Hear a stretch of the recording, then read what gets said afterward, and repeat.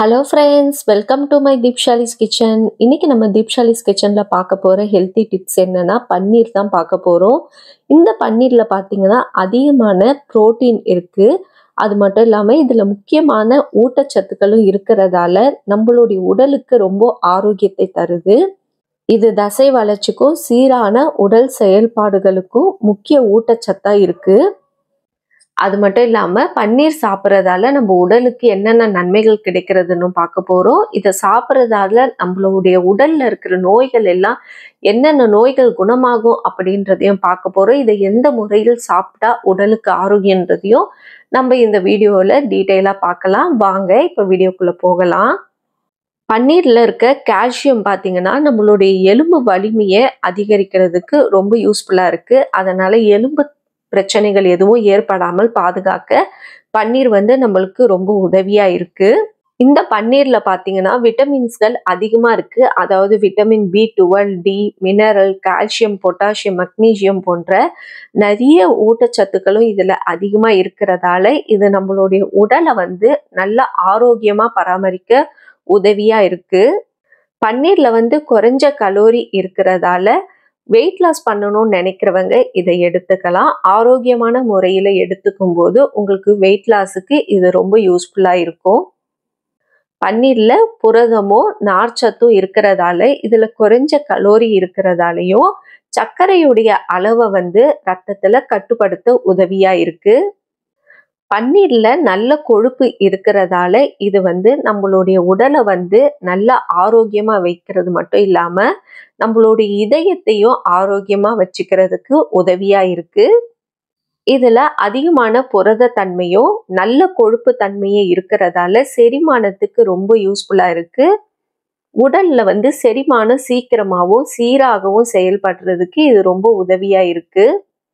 பன்னீரில் இரும்பு சத்து புரத சத்துல இருக்கிறதால இது அயன் டெஃபினிசி குறைஞ்ச நம்மளுக்கு ரத்த பிரச்சனை இருக்கிறவங்க, இந்த அனிமியா போன்ற நோயினால் பாதிக்கப்பட்டு இருக்கிறவங்களுக்கு இதை சாப்பிடும்போது அந்த நோய்கள் எல்லாம் படிப்படியாக குறைஞ்சி நல்ல அயன் சக்தி கிடைக்கிறதுக்கும் இது உதவியாக இருக்குது.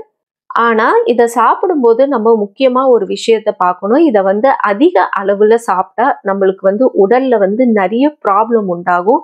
ஸோ தேவையான அளவை நம்ம சாப்பிடும்போது நம்ம உடலுக்கு தேவையான நல்ல ஆரோக்கியமும் நம்மளுக்கு கிடைக்கும்.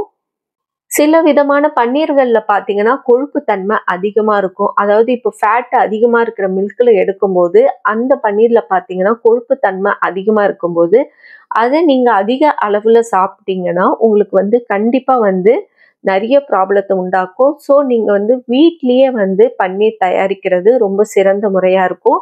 நீங்கள் வீட்லேயே ஃபேட் ரொம்ப கம்மியாக இருக்கிற பால் பேக்கெட் வாங்கி பன்னீர் எடுத்து அதை சாப்பிடுங்க. எதில் எடுத்தாலும் ஒரு திட்டமான அளவு சாப்பிடுங்க. உடலுக்கு நல்ல ஆரோக்கியத்தை கொடுக்கும்.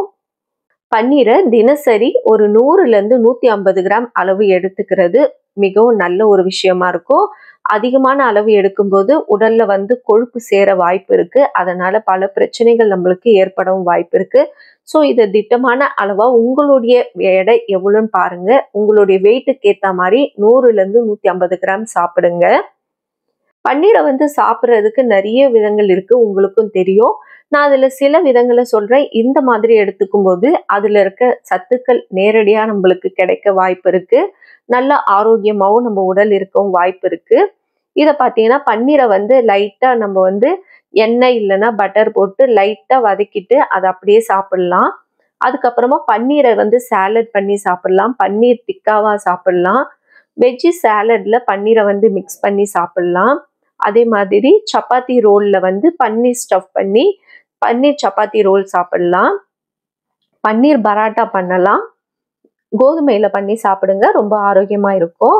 அதே மாதிரி பன்னீர் தயிர் போட்டு ஸ்மூத்தி பண்ணி சாப்பிடுங்க.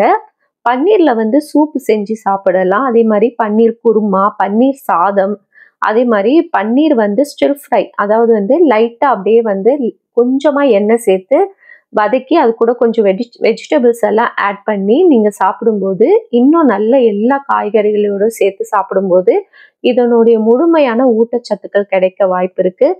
அதே மாதிரி பன்னீரில் சாம்பார் வச்சு சாப்பிடலாம். இந்த மாதிரி எந்த வகையா நீங்க சாப்பிட்டாலும் அளவை மட்டும் நீங்க பார்த்துக்குங்க. ஒரு 100லேருந்து 150 கிராம் அளவு மட்டுமே சாப்பிடுங்க.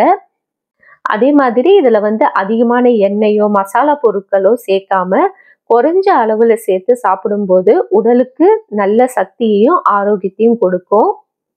பன்னீர் சாப்பிடும்போது எப்பவுமே அது கூட கொஞ்சம் காய்கறிகளையும் சேர்த்து சாப்பிடும்போது எல்லா ஊட்டச்சத்துக்களும் உங்களுக்கு கிடைக்க நிறைய வாய்ப்பு இருக்கு. இந்த மெத்தட்ல நீங்க சாப்பிடும்போது உங்களுக்கு தேவையான நல்ல உடலுக்கு தேவையான ஆரோக்கியத்தையும் அதே போல அதுல இருக்க ஊட்டச்சத்துக்கள் அனைத்தும் உங்களுக்கு கிடைக்கிறதுக்கு ரொம்ப யூஸ்ஃபுல்லா இருக்கும். இந்த வீடியோ உங்களுக்கு பிடிச்சிருந்தா மறக்காம லைக் பண்ணுங்க, ஷேர் பண்ணுங்க, சப்ஸ்கிரைப் பண்ணுங்க ஃப்ரெண்ட்ஸ். இன்னொரு வீடியோல உங்களை சந்திக்கிறேன். பாய் பாய் ஃப்ரெண்ட்ஸ்.